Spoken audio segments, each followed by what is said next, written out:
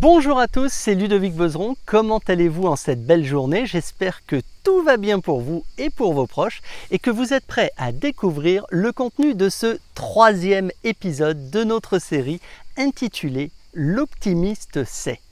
Alors avant toute chose, je vous rappelle que si vous n'êtes pas encore inscrit sur cette chaîne, faites-le. Ça vous permettra de recevoir les notifications des nouvelles vidéos à venir et aussi de ne rien manquer de ce programme. Dernière chose, si vous aimez, je vous invite à liker et puis si vous n'aimez pas, à disliker. Aujourd'hui, comme vous l'indique le titre de cet épisode, nous allons parler du mal et tenter de mettre des mots sur les origines de cette énergie néfaste. Pour tout savoir, venez avec moi. Qu'il s'agisse de la perte d'un emploi, d'un échec amoureux, d'une maladie incurable ou même d'une guerre, la question de l'origine de tous ces malheurs est indiscutable. Et pourtant, si pour certains, on peut se risquer à désigner un coupable, pour d'autres, il semble impossible de remonter jusqu'à l'ultime responsable. Et pourtant, dans cette nouvelle vidéo, il ne s'agit pas d'élucider la responsabilité d'une situation bien particulière, mais bien de poser la question d'une manière plus générale: quelle est l'origine du mal ?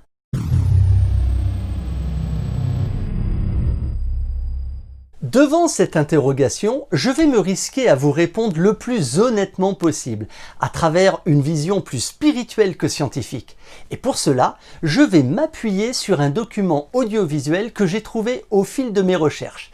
Un document qui semble mettre tout le monde d'accord, que ce soit les croyants des différents courants religieux, les associations spirituelles ou encore les églises, temples ou mosquées, qui accréditent plus dans le fond que dans la forme l'origine du mal. Voyez-vous, si nous sommes bien d'accord pour reconnaître que le mal existe, alors vous devez vous montrer particulièrement prudent face aux ruses, aux tromperies ou aux manipulations qu'il déploie pour tenter de vous faire succomber à sa tentation. Il s'agit donc pour moi de vous apporter un contenu de vérité, un exercice délicat qui sollicite une fois de plus votre plus grande confiance. Dans un instant, je vais vous révéler les notions stratégiques que le mal utilise quotidiennement dans votre vie de tous les jours. Mais avant de lancer le court documentaire illustrant cela, je tiens absolument à vous mettre en garde sur le fait que celui-ci peut choquer les plus sensibles d'entre vous.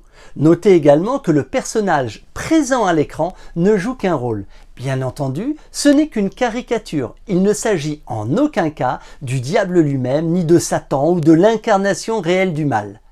Seules les paroles qu'il profère sont importantes. Le message est essentiel et demande toute votre attention. Cet acteur n'est là que pour vous permettre de ressentir émotionnellement tous les aspects maléfiques et comprendre les motivations que le mal vous porte dans votre vie quotidienne. Est-il possible de désigner le mal ? Voici donc en images la réponse à cette question.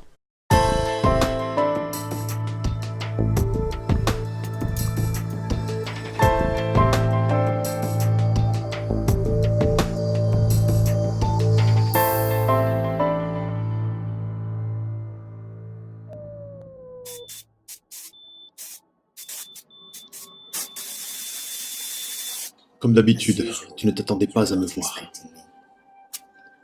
Je suis sûr que tu peux me reconnaître. Et si ce n'est pas le cas, laisse-moi m'introduire. C'est moi qui ai adoré Dieu pendant des milliers d'années. J'étais le meilleur de tous les serviteurs.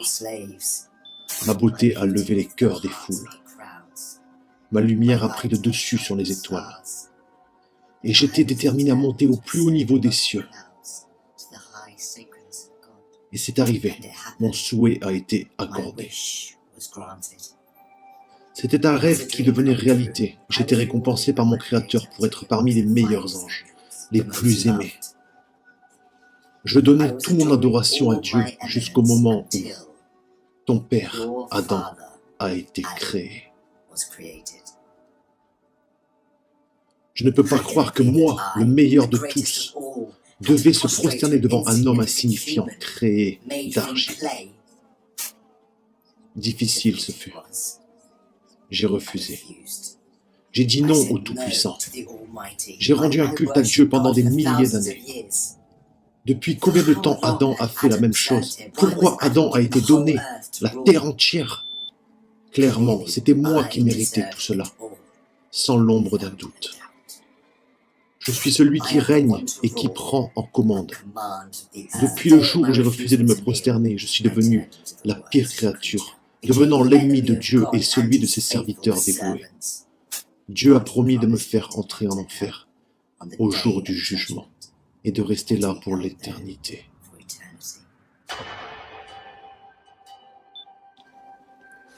Tout cela n'arrive qu'à cause de toi. Je te déteste et je t'envie, de la même façon que j'envie ton père. Depuis que tu es né, je t'ai constamment amené au péché pour nuire à ta vie.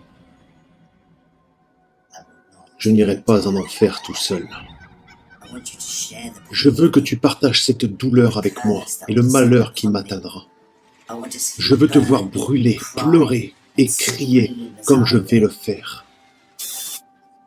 Sais-tu comment je vais m'y prendre? Je vais te dévoiler les secrets derrière mes tromperies, les ruses, la manipulation des stratégies, et les utiliser tous pour t'amener vers le péché. Je vais te montrer comment j'entre dans les cœurs des gens pour causer la corruption dans ce monde. Tu dois sûrement te demander, pourquoi voudrais-je te dévoiler mes secrets? Ne t'en fais pas, tu vas probablement tout oublier à la fin de notre rencontre. Pour commencer, je veux clarifier une fausse idée que tu peux avoir. Malheureusement, je n'ai aucun pouvoir pour t'amener à pécher. Mais seulement en influençant ton libre arbitre, je peux amener l'humanité à désobéir. Mon plan est de faire détourner les gens de la religion. Ma stratégie pour t'égarer est vraiment simple. Je t'amène d'abord à l'infidélité et à associer des partenaires à Dieu, qui font partie du pire des péchés. Si tu y résistes et que tu ne fais pas piéger, j'aime ça. Je m'en vais alors au plan B, qui est le fait de t'amener au péché majeur, comme abandonner ta prière, l'adultère, faire du mal à ton prochain, boire de l'alcool. Si tu es un vrai croyant et que tu restes inébranlable, je ne me décourage pas.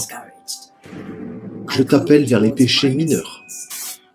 Si tu m'ignores, je vais alors occuper tes journées avec des choses licites. Ils ne sont ni des péchés, ni de bonnes choses, comme le fait de trop manger ou de courir après la vie de ce bas monde. Tout cela va t'empêcher à accumuler des récompenses. La façon que je fais tout cela est en entrant graduellement dans ton cœur, à travers tes faiblesses. À travers ce que tu aimes le plus, je t'attire étape par étape. J'embellis la vie d'ici-bas à tes yeux. Je la rends magique, dure de résister, difficile de rejeter.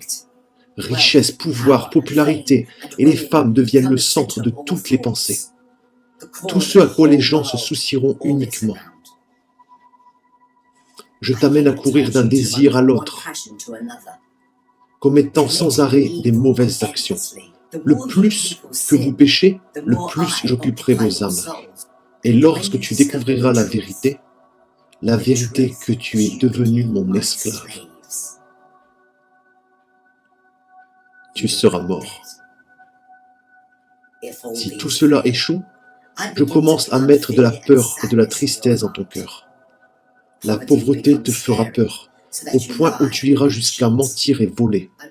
Je vais faire pour que tu aies peur de l'oppresseur, pour que tu ne défends pas l'oppressé. Je vais faire pour que tu aies peur de tout, sauf Dieu, excepté Dieu. Si tu es toujours tenace, alors ce sera le temps pour un de mes meilleurs trucs. J'utilise les élites parmi mes esclaves, ceux qui dédient leur vie à me servir, à moi et à mes plans. Je les commande de manipuler ta vie, pour te faire du mal, pour te suivre, pour détruire ta réputation. Ils peuvent venir de toutes parts. Avec cette manigance, j'aurai diminué ta force de volonté et ton pouvoir de résister. Je peux t'empêcher de te diriger vers l'avant, vers Dieu. Dans cette voie vers Dieu, ne crois pas que tu peux me renverser. Je vais te montrer ce que jamais personne n'aura encore vu de moi. Je vais te chuchoter et t'inviter, jour et nuit. Je vais entrer dans ton âme à travers ce que tu aimes le plus pour te rendre encore plus méchant, plus gourmand, plus nécessiteux. Je vais nourrir tes pensées avec le mal et tes pensées malsaines pour diminuer ta détermination. Ce sera moi qui sera vainqueur. C'est moi qui va survivre. Vous savez désormais qui est à l'origine de tous vos malheurs. Que ce soit la perte d'un emploi, un échec amoureux, une maladie incurable ou même une guerre, eh bien le mal remonte à l'origine de l'homme sur la terre et se voue dans une lutte féroce et une séduction des plus élaborées à la destruction de toute l'humanité. Par ses actions permanentes, il tente de toucher votre cœur, d'influencer votre libre arbitre et de vous faire commettre un maximum d'erreurs afin de posséder votre âme et de vous détruire. Mais par-dessus tout, il cherche à vous faire renoncer à l'existence de votre Créateur. Cet esprit est mauvais et comme vous le savez maintenant, mieux vaut ne pas lui faire confiance. Parole d'optimiste.